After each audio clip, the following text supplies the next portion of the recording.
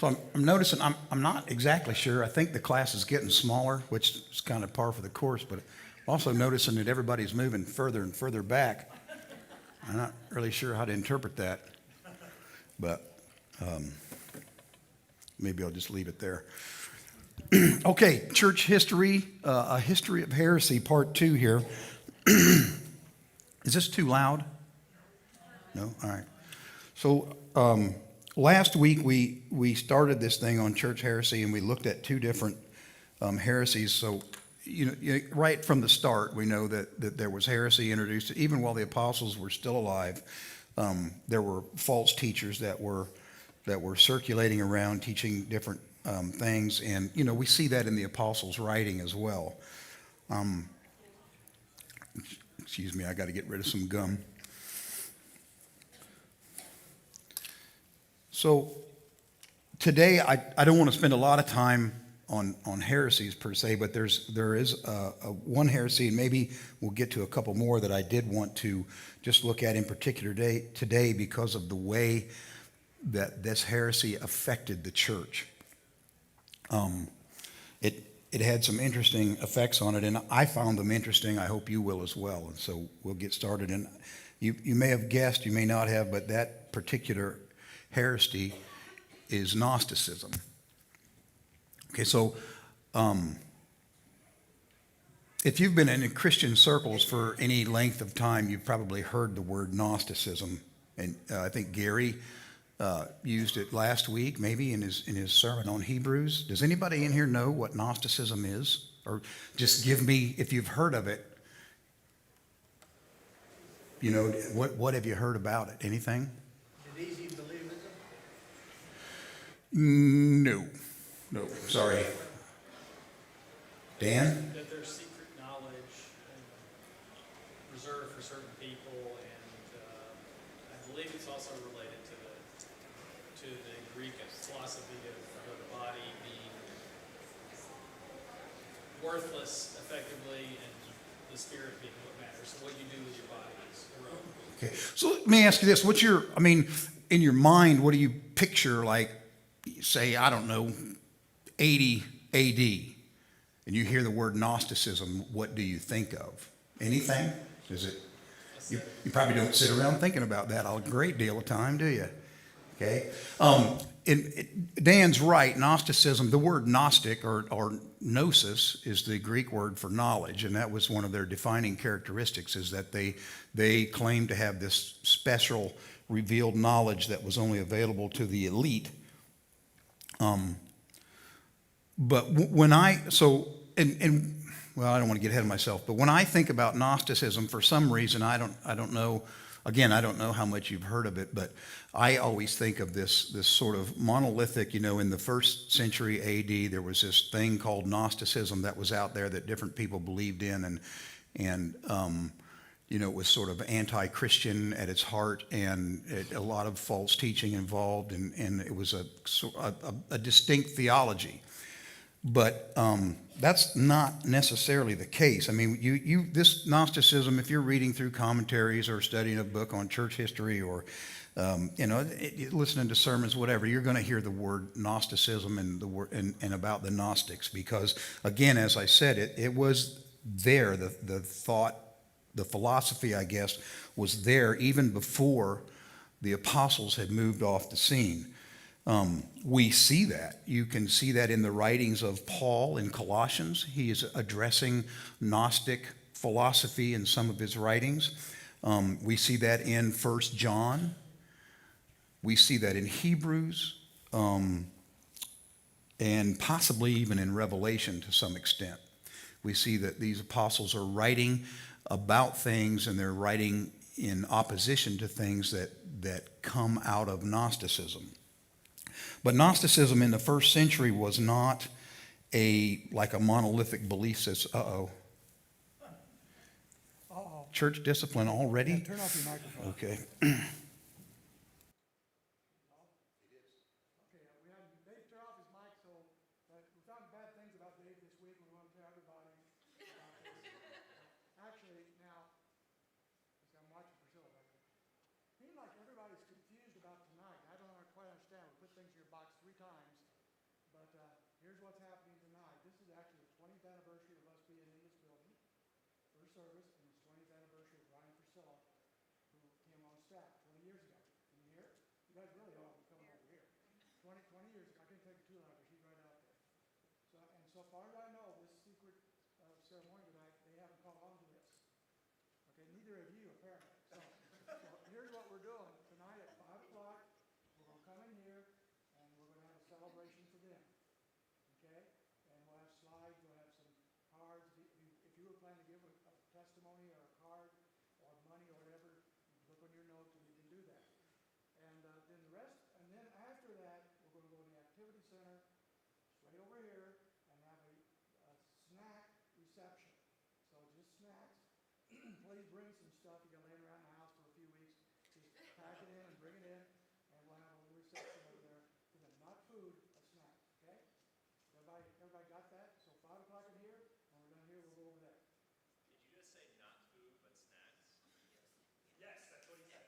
Okay, making sure. It's not.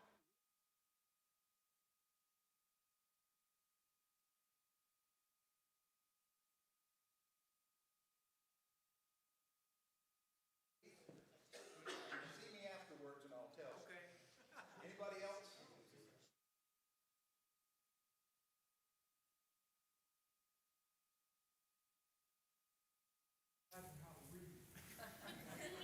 He sounds bitter, doesn't he?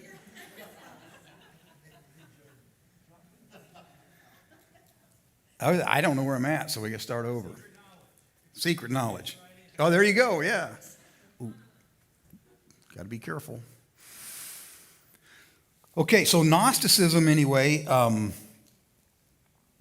at the time that we're talking about, the first century AD, before the apostles are dead, it's just a loose collection of different religious beliefs.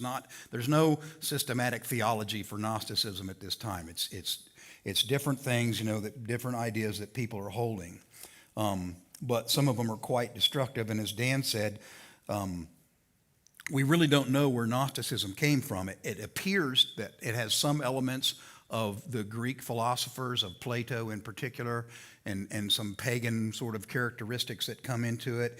It appears also there might be some ideas that came out of Judaism that play into it.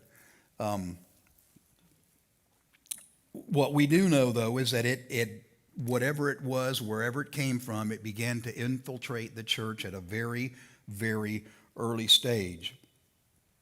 And it had a great appeal both to the Jews and the Gentiles for some strange reason, and everybody seemed to gravitate to it. So, and again, as was pointed out already, that the one element that all Gnostic sort of sects or groups or philosophy had in common was this idea of this special knowledge, this gnosis, okay? And the adherents of Gnosticism all claimed to have this special knowledge, and it was revealed to them by different various means, and it was not available to the vast majority of the unwashed. So, later on when Gnosticism would develop into a theology, they would have three different groups. You'd have the elite people, basically, who had this special knowledge and were all going to heaven. Then you had the rest of us, or two other groups, partly filled with people who were like Christians and had a knowledge of God, but they didn't have the special knowledge, and they would go, to purgatory or some sort of lesser heaven, and then you had the heathen horde that would, of course, be destined for hell and no knowledge whatsoever. And anyway, another common tenet that they had was a sharp distinction between the material world and the spiritual world. The Gnostics believed that everything material was evil and everything spiritual was pure and good. And so all of the world, everything in it was corrupted and controlled really by evil and ignorance and chaos and nothingness. So there's nothing good at all about the material world. And so we see that in the writings of the early apostles. We see them combating two different ideas. The first is asceticism, where you have this really strict sort of treatment of the body that Paul addresses in Colossians. because the body is evil and has to be subdued at all cost. And then you have the complete other side of that where, the body's irredeemable, the material world is corrupt, there's nothing you can do about it, so just do whatever you want, sort of like a antinomianism, but with a theology behind it, okay? They believe that a good divine God ruled the spiritual world and made everything perfect, and this was the one and high God, I guess, and that because the material world was evil and corrupt, that it could only have been created by an evil and corrupt being. And so the world that you see around us was ruled by a lesser God. If you're sitting there thinking, I don't care about this, I'll address that later, but just bear with me, okay? So then some elite humans had this spark of the divine that was in them, that the good deity, some sort of spark in them. Not all humans, some humans had this spark. And that was the only thing that was in those humans that was able to be redeemed, that spark of divinity. And that only through this special knowledge. There was no sacrifice or of Christ or anything like that, no work. It had to come through this special knowledge, and that was the only thing that was redeemable. And again, the origins of this are not altogether clear, but it looks like it was a conglomeration of Judaism and paganism and Greek philosophy sort of all lumped together and came in, but it did infiltrate the church very early on, and by the mid-2nd century, say AD 150 or 170, something like that, this was a serious problem. Okay, the Gnostics were kicked out of the church. They were removed from the churches very early, like 100 AD, but they started setting up their own churches and their own systems, and this became a serious problem for Christianity.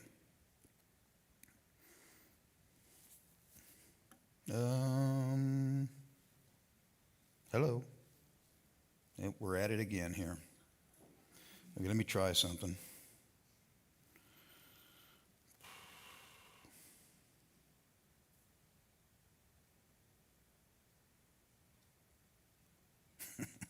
Edwin.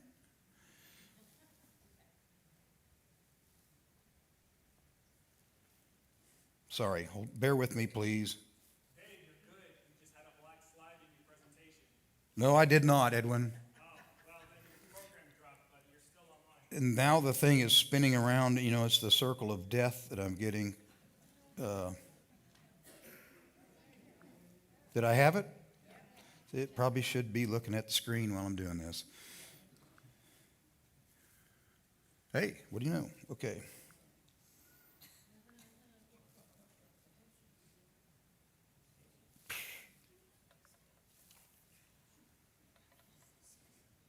Yeah, you see into the intricate world of my mind here.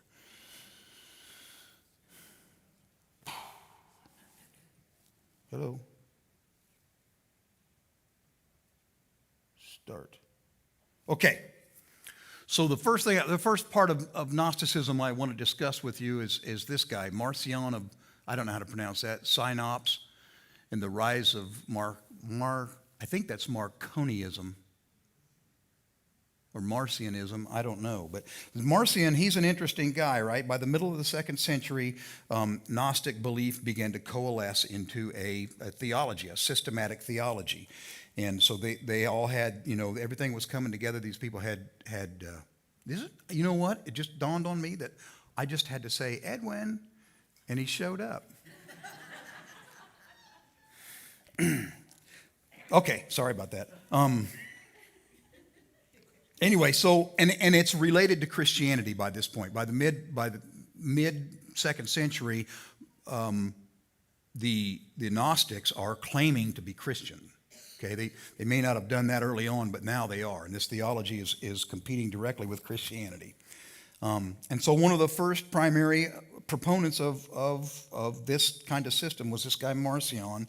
And we don't have any of Marcion's original writings, so we can't look at his writings and say, okay, this is what he was teaching. But what we do have is the writings of the early Christian fathers who wrote in defense of Christianity in opposition of Marcionism. And so we can see what they had to say about it. And so we kind of know what he believed, or what he taught anyway, by what they were writing at the time. So he held many views, again, that were heretical, but he's best known for perhaps the idea that the God of the Old Testament and the God of the New Testament were not the same God.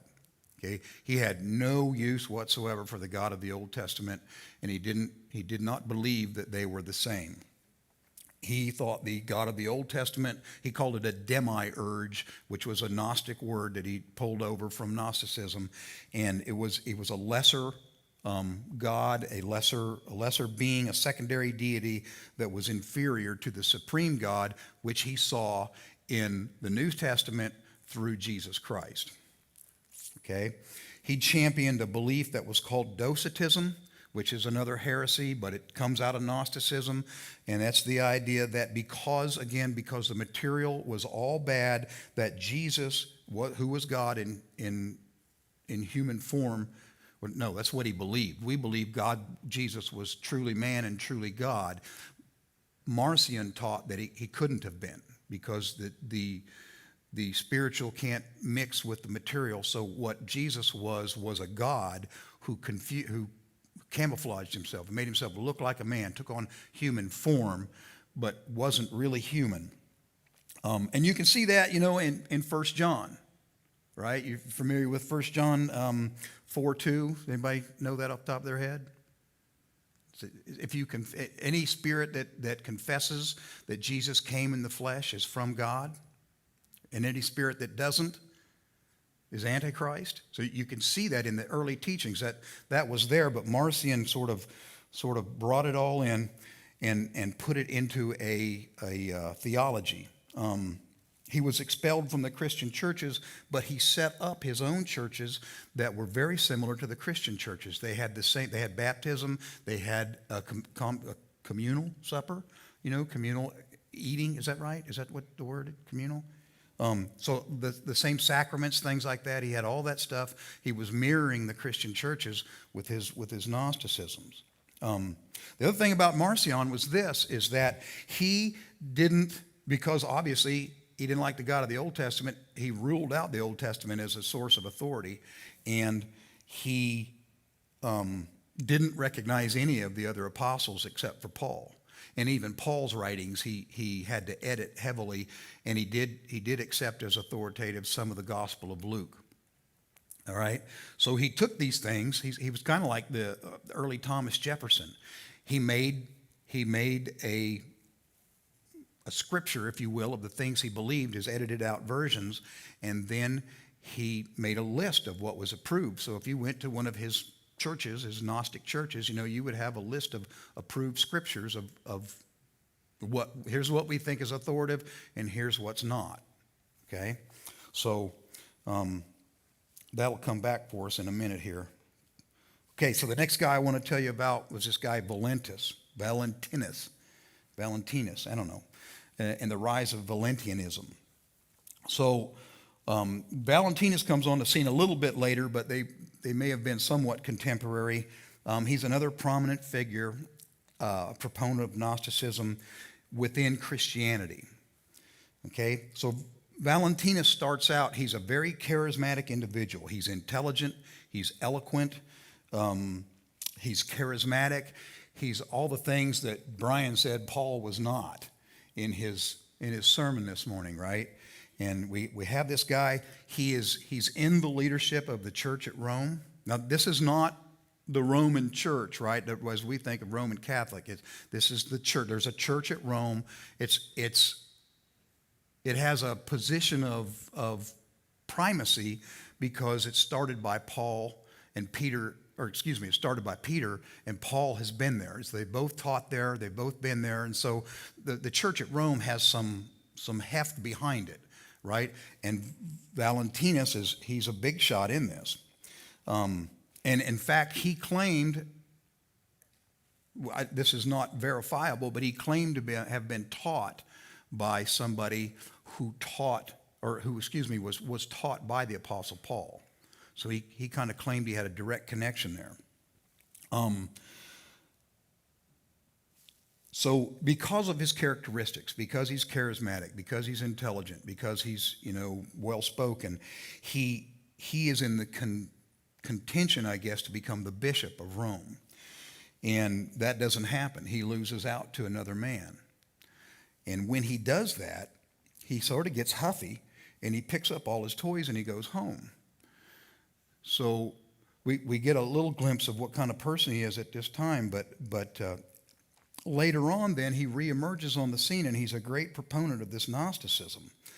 And he's developing a system of teaching that becomes known as Valentianism, and he supports his teaching. He buttresses it up by saying that Paul had secret doctrines that he taught to only specific followers, and these people taught him the secret doctrines. This wasn't available to the world at large, but only to secret people, and they'd been handed down to him. And he accepted many of the concepts of Gnosticism, but what he did was, and this was kind of brilliant, and it's done today all the time, is he took the concepts of Gnosticism, he brought them over into his theology, but he gave them different names.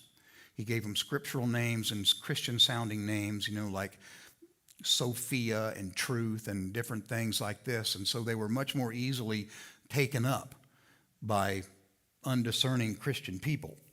And this guy, apparently he was a piece of work. I mean, he was actively out to infiltrate the Christian churches and bring people from Christianity into his form of Gnosticism. And so he's a big deal. When he comes on the scene and he starts affecting people like that, he makes quite a few waves, and he becomes a major problem to the early church. And so they've got to deal with this, okay? They've got to find some way to deal with this. So here we are again. You may be thinking to yourself, I don't really care about this. Gnosticism doesn't affect me today. I don't see how this is relevant in my life, and I wish you would just shut up. But stick with me. Maybe I can make this interesting for you. Okay, so first of all, to address the relevancy in your life of all this, again, this Gnosticism, this teaching here, is going to have a great effect on the church, and hopefully we'll see. Well, yeah, we will see that. How that works out, which I think is fascinating. I hope you will too. But in 1945, in a place called Nag Hammadi, Egypt, an Egyptian farmer finds an earthenware vessel that contains a bunch of scrolls. Does anybody have any idea what's in those scrolls? The Gnostic Gospels, that's correct. So they pull these out of here. So up until this time, right, the Christian, these old-time Christian writers that were writing in defense of Christianity against Gnosticism, that's the only view of Gnosticism that we had. And like everything else, we have these scholars and stuff coming out that are anti-Christian, anti-Bible, and they're saying, you're saying that these people were teaching this stuff, but we only have the information from people who didn't like the Gnostics, so we don't know that that's true or not. So when they do their technology or whatever they do on these scrolls, they pull them out, and guess what they find out? Not only were they teaching exactly what these people said they were teaching far worse, actually. But we see that, and of course, when all this stuff comes out, you get the group that comes in and says, okay, so this is just proof that the ancient Christianity wasn't a monolithic thing that Jesus taught this and these people taught this, and it was once delivered once for all, right? Like Jude tells us. But no, it wasn't like that. There was a whole bunch of competing philosophies, and your version won out. So Christianity is evolving over time until we get to where we're at now. Okay, that's the argument. And so we see that there's actually Gnostics now out there that are basing their beliefs off what they've dug up out of here. There's, of course, it's California. There's a Gnostic church. They put out a Gnostic magazine, you know. But that stuff isn't really going to have much effect on you, but I just thought you ought to know that. But some of this stuff is making a comeback. I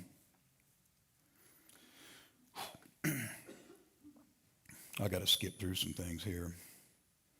The next thing I would point out is this. Remember when I talked about Marcion? What did I say that he did? This is so irritating. I have to. Okay. Marcion, essentially, he came up with his own canon. Right? He had a list of scriptures that were approved. So anybody that was in one of his churches could go and they could find out. Okay, so I don't have to listen to Peter because he's not in my list of approved people of authoritative scripture.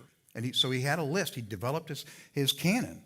And there is, but at this time, the Christian church doesn't have that. So at this time in Christianity, even earlier than this, early in the, or I should say late in the first century, the Christians had a list, not a list, but they had the writings of the apostles and they viewed them as authoritative. I just learned that authoritative is not a word. It's authoritative.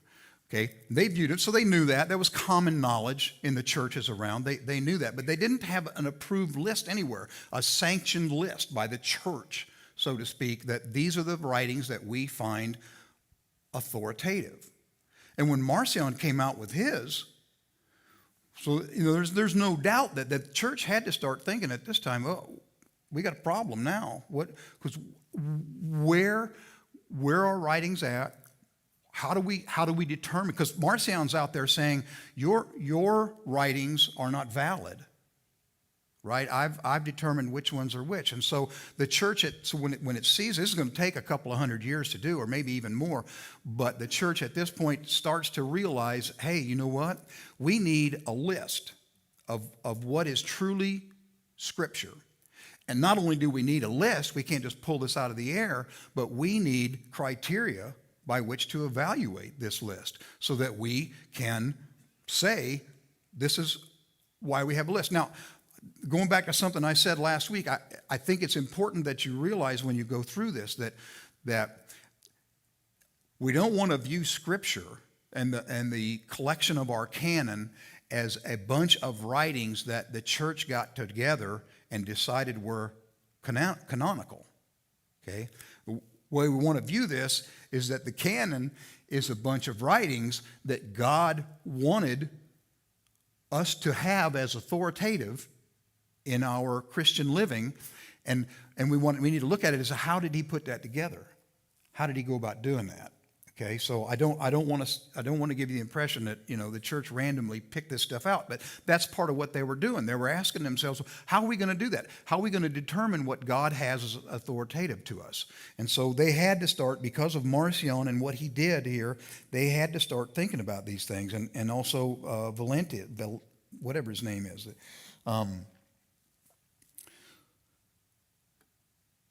Okay, so anyway, there's a few of the things I want to talk to you about. So here's a guy, his name is Irenaeus.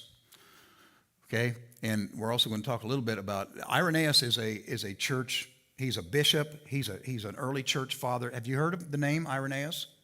Right? If you've been again around Christianity for any length of time, you may have heard of Irenaeus and a guy named Tertullian. Okay, Tertullian's not an early church father, he's a lawyer in North Africa. But turns out he's pretty good at apologetics, and so he's writing actually letters to Roman emperors saying this is why you should not be persecuting Christians. But both of these guys start writing in defense of Christianity and in opposition to Gnosticism, and that's where we get a lot of our information today. This guy here is Irenaeus, and I'm pretty sure that's exactly what he looked like when he was walking around.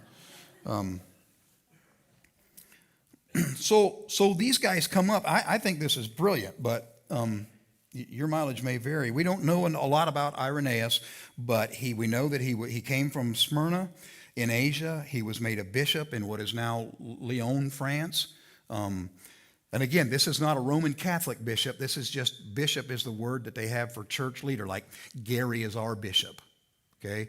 We say that we're elder-led, and we are elder-led, but we have a lead elder. We have a senior pastor, and that's Gary. And so Irenaeus is kind of fulfilling the same role, so don't let that term bishop confuse you too much.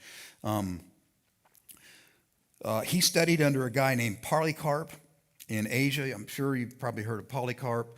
Polycarp studied under John, so we can trace this guy Irenaeus right back to the gospel, to the apostle John. He also studied under another famous Christian leader named Justin Martyr in Rome. Irenaeus is famous because of the defense that he put forth of Orthodox Christianity against Marcionism and Valentianism. The way he argued and the way Tertullian argued. Remember last week we talked, and I'll get to that if we have time. And the way Tertullian argued against this came down to two different things, right? The first thing that they had was an argument from Scripture, which we would expect. The argument from Scripture went something like this. And again, remember this: there's no canon, right? So it's a loose thing. But when Irenaeus makes his argument, he references all but 3 books in the New Testament as Scripture. So the early church had the Scriptures; it just wasn't official, I guess, if you want to put it that way. He would make the argument from Scripture saying, John, look, you don't believe that Jesus came in the flesh? Well, here's the writings of John, that say otherwise. And in fact say that if you don't believe this, that you have the spirit of the Antichrist. And just things like that, okay? So the problem is that the Gnostics would say, well, your writings aren't valid. We don't recognize them as authoritative, right? So they had to make another argument as well, or they could, and they did, okay? That argument went something like this.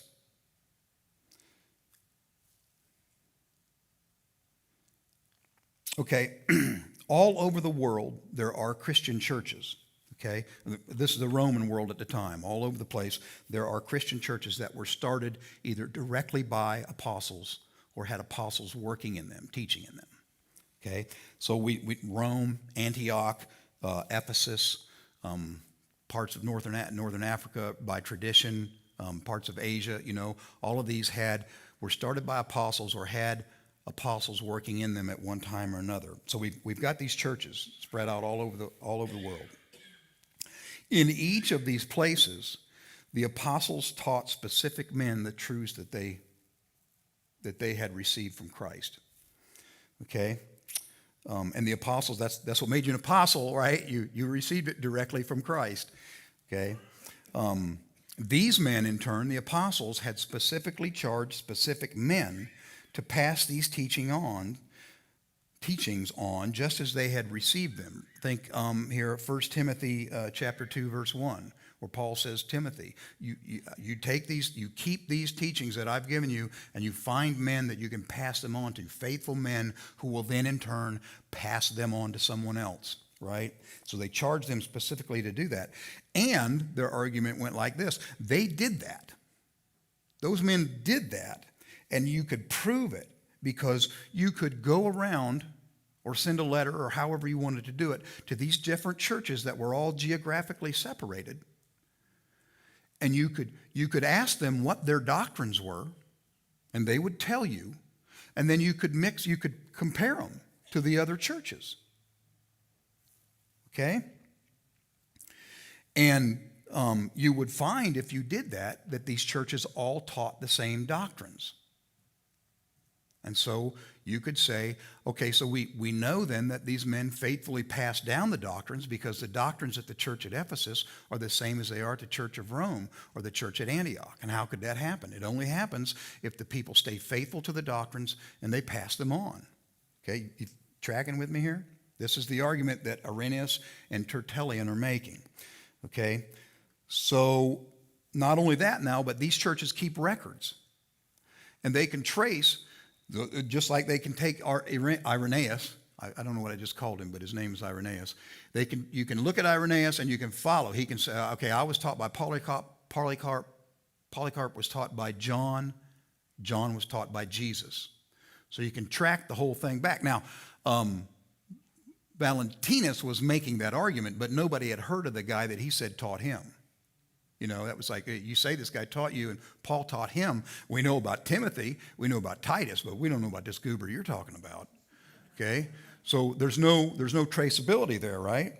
So what you're saying then, if you make, so how did they, the Gnostics countered that by saying that they had this special knowledge that was unknown to the apostles. But if they're saying that, what they have to say then is that you got this special knowledge that the apostles didn't have, since the church, if you go around to the churches looking for this special teaching, you can't find it. You only find it in Gnostic camps. So what you're really saying is that the apostles, if they don't have it, they didn't get it from Jesus, which means Jesus didn't have it. So what you're saying is not only do you know more than the apostles, but now you know more than Jesus.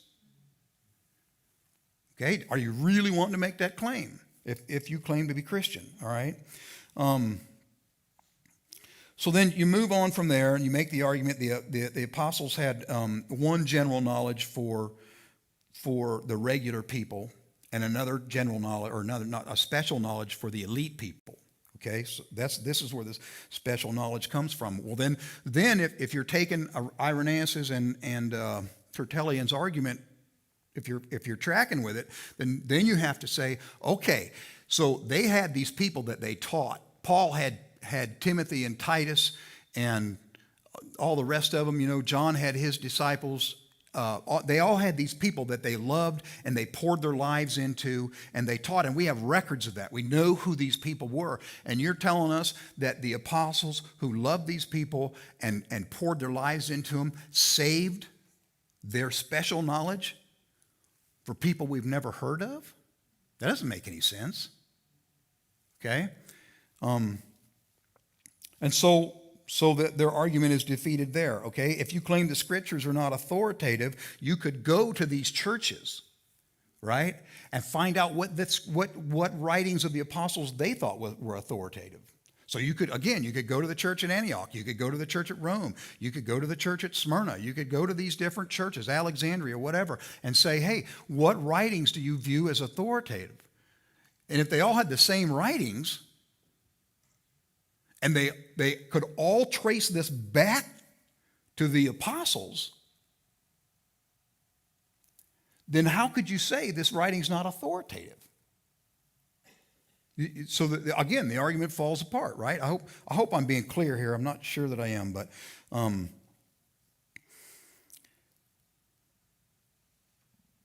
so the last and final argument was this: is that you have these churches. They're geographically diverse. Okay, you can go to each one of them, and you can find the doctrines that they teach, and you can compare them, you know, to churches that are hundreds of miles, thousands, well, maybe not that, but hundreds of miles apart, maybe thousands, I don't know. But, and you can see that they're all the same, okay? So what do we know about truth?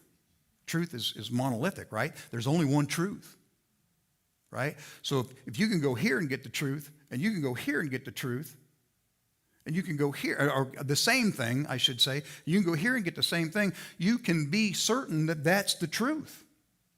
But error is diverse. There's no way to calibrate error.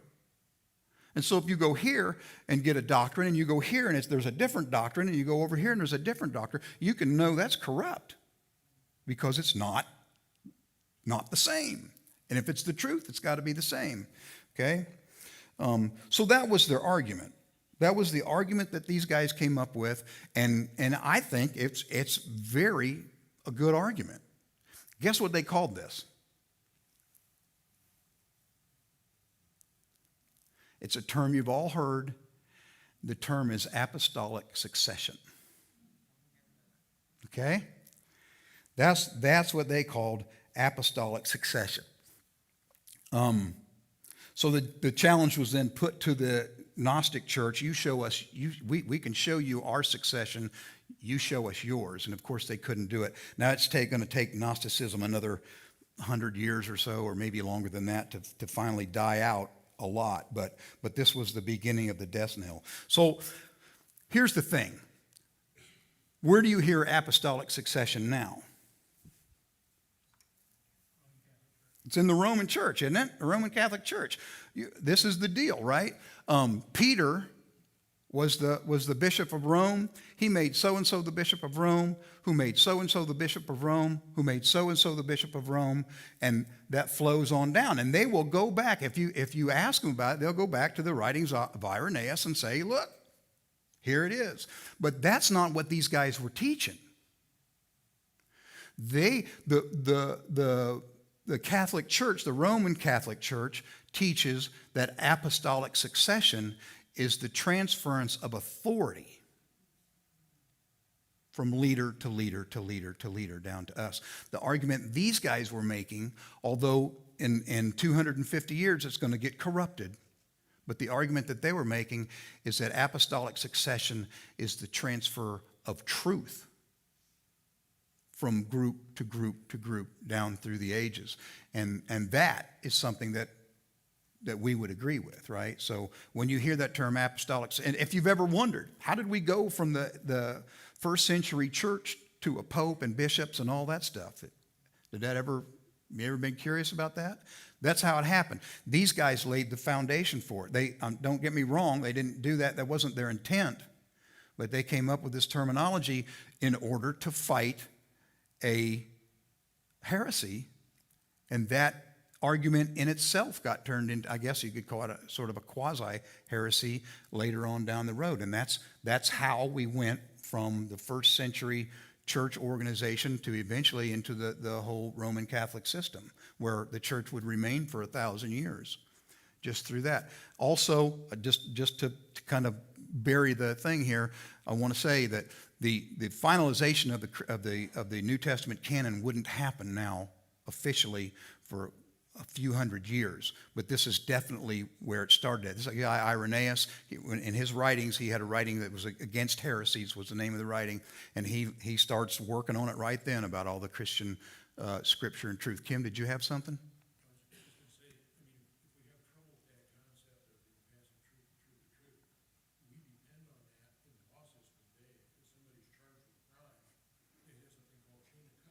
Yeah.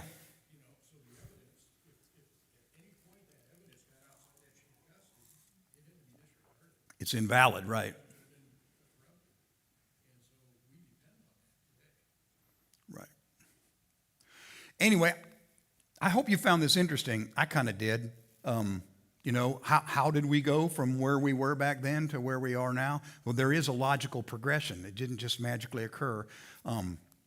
Again, the church has been filled with, there's a whole bunch of other heresies we could talk about. We're pretty much done with that now. But you can see this heresy, Gnosticism, brought about in its existence. It brought about the beginning of the church to start not its systematic theology, but to begin to organize its authority. Where do we get our information from, and how can we know that it's true? And these questions began to be answered as a direct result of this heresy, this Gnosticism, infiltrating the church in the 2nd century AD. So, okay, thanks for sticking with me. We're out of time. Oh, don't forget about tonight. Be here for the sermon and be happy about it.